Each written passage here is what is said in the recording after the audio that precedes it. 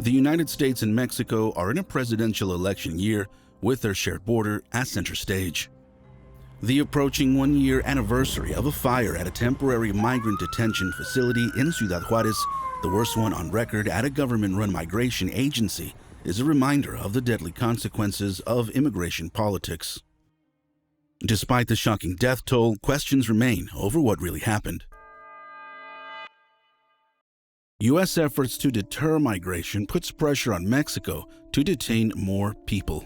Border cities like Ciudad Juárez have turned from transit points to containment areas for asylum seekers. On the morning of March 27, 2023, Mexican authorities fanned out across the city apprehending migrants. Many of those picked up were washing car windows or selling candy to get by while waiting to apply for asylum in the U.S. Joel Alexander Leal Peña from Venezuela was one of them. 3 days short of his 21st birthday, he was detained and transferred to a temporary migrant holding facility just meters from the international border. Before the day was over, he would leave the center in a body bag, one of 40 people who died, trapped in a locked cell, suffocated to death in the smoke. Blame for the death toll has centered on keys at the facility. Mexico's president said the employee with the key to the men's cell was away when the fire broke out. Staff at the center claimed they didn't know where the keys were to open the doors.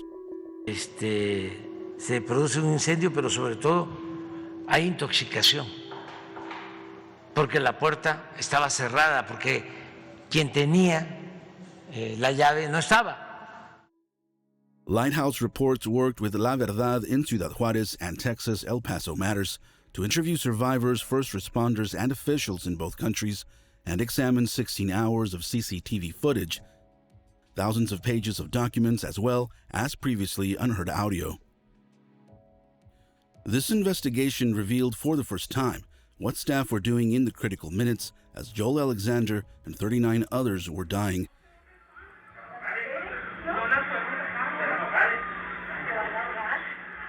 It contradicts the official narrative and provides some answers to families of the victims and the 27 survivors about the night of the fire. To piece together how and why so many people died, we built a 3D model of the center to examine the crucial minutes before, during, and after the fire. What emerges raises serious questions about the continuing expansion of migrant detention in Mexico with U.S. support. Mexico has a sprawling network of permanent and temporary migrant detention facilities run by the country's National Migration Institute, or INM. Since 2018, fires have broken out in at least 8 facilities, including a 2019 fire in the same Ciudad Juárez center where detainees burned their sleeping mats. In early 2023, frustrations mounted as the U.S. increased expulsions of asylum seekers. Mexican authorities vowed to crack down on the growing migrant population. The day of the fire, city police, INM agents, and the Mexican National Guard roamed the city rounding up asylum seekers. Detained groups were transported en masse to the migrant holding center.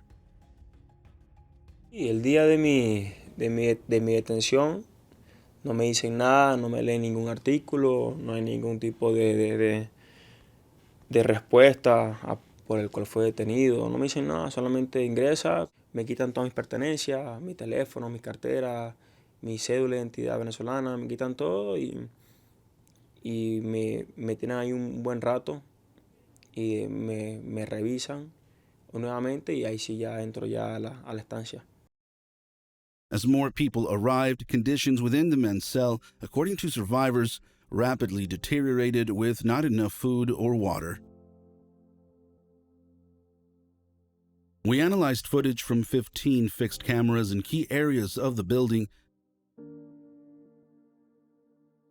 the entrance, the administrative office, the guards area in front of the men's cell, and the cell itself. 2 cameras inside the cell only had a partial feed, cutting out before the start of the fire. We discovered recorded audio from 2 surveillance cameras near the main entrance of the center, giving vital clues as to what happened the night of the fire. On duty that night were federal I&M agents and guards from a private security company called CAMSA, charged with looking after the detainees. Throughout the day, I&M agents and private security staff opened and closed the men's cell door with a specific set of keys.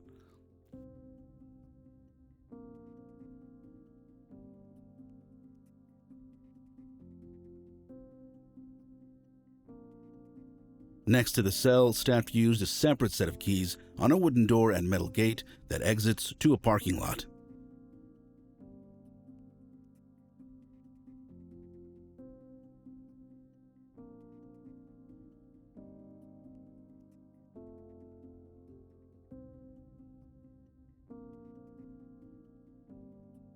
Arguments erupted between detainees and staff over the lack of food, potable water, and threats of deportation. Mayormente había un insulto en donde nos decían que qué hacemos en este país, que nadie nos quiere. Close to 9 p.m., the I&M agent supervising the men's area left the building, and a private security employee deadbolted the wooden door.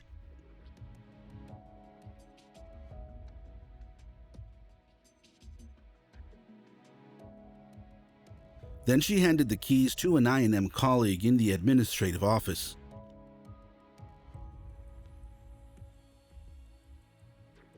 Later, we see a guard hand the key to the men's cell door to his colleague. Meanwhile, tempers continue to build within the men's cell. Detainees kicked at the cell door and threatened to light their sleeping mats on fire.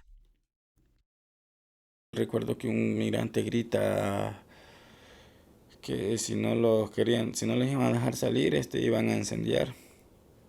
Y viene el guardia de migración, les dice que de hace rato lo hubieran hecho.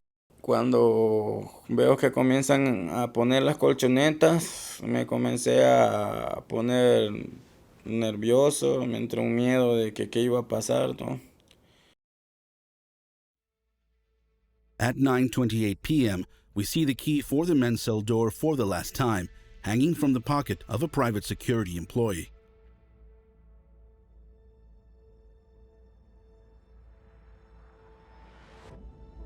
Seconds later, the first flames of the fire are visible in surveillance footage.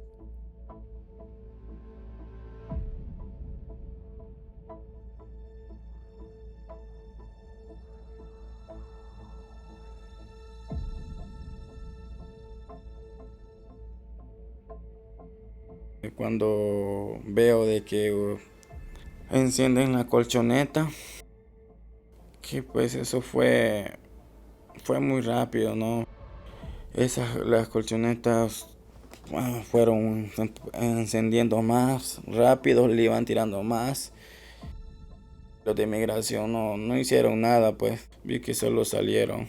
Entonces ya 5 minutos de que todo se había incendiado, el humo ya no dejaba ni ver.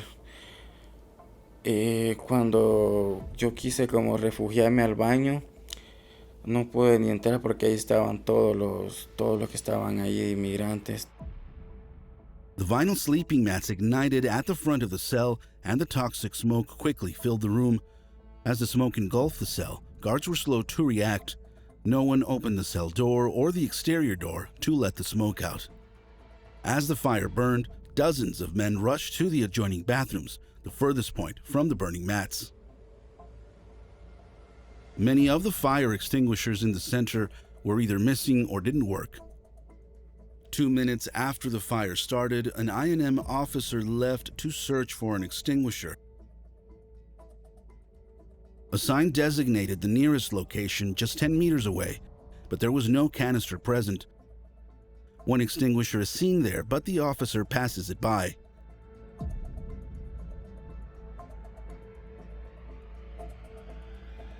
Further in the building, another designated location is also missing its extinguisher. In this audio, staff discuss the lack of extinguishers.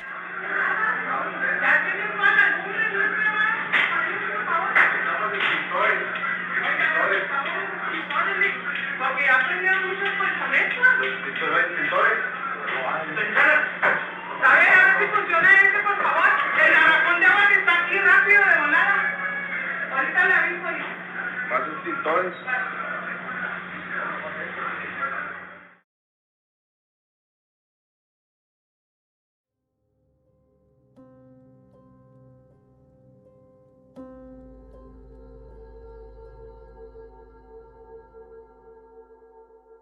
By the time he returned to the men's cell, nearly 3 minutes had passed since the start of the fire.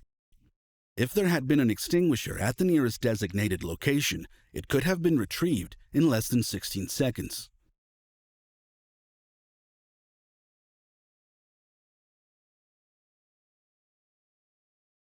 Prior to searching for a fire extinguisher, the same I&M agent tried to open the wooden exterior door, but the door was locked.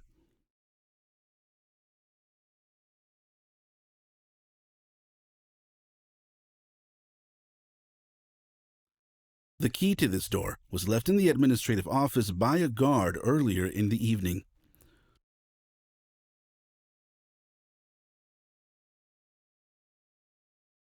Audio recorded from a nearby camera captures an I&M agent talking on the phone. She remarks that they will not open certain doors.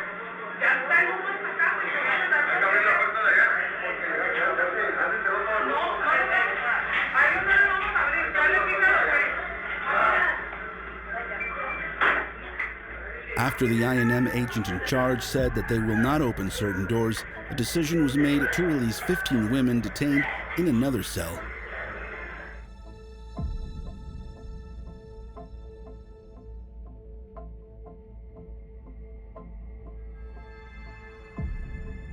Finally, the key to the exterior door was retrieved from the desk by one of the private security guards.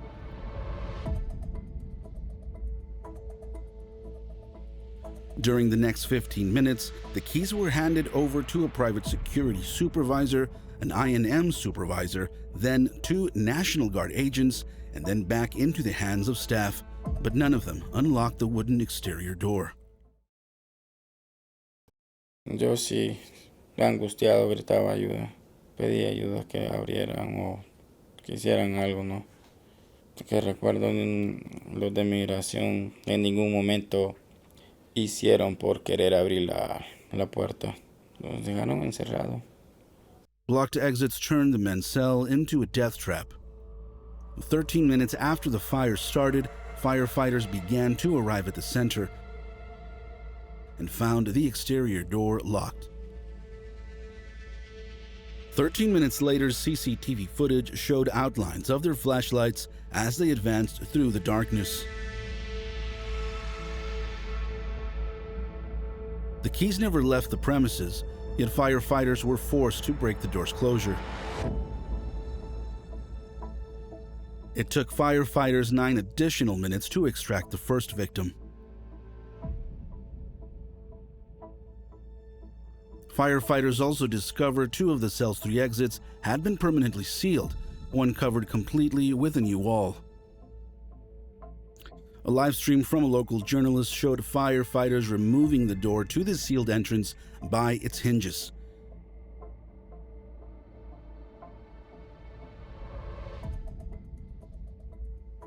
Using sledgehammers, they broke through the wall to ventilate smoke and extract victims. But for 40 people, it was too late.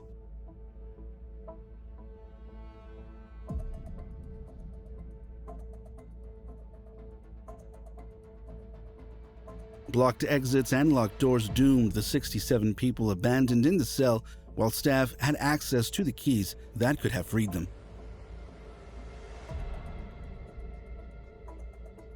It remains unclear who decided to leave them trapped or who decided beforehand to seal the exits and not replace missing fire extinguishers.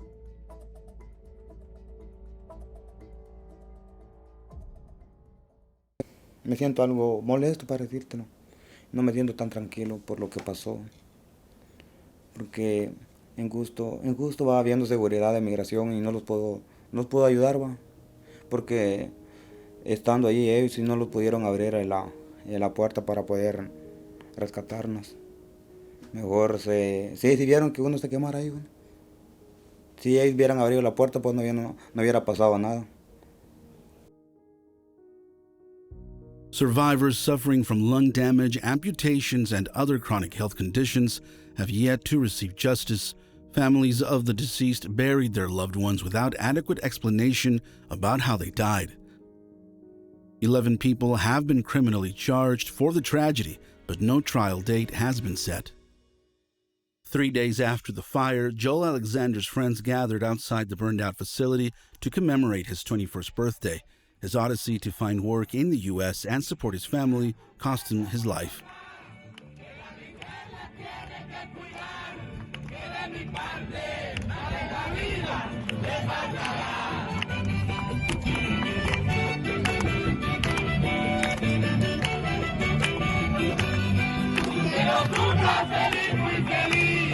Deseamos todos en esta reunión y que los cumplan feliz, muy feliz.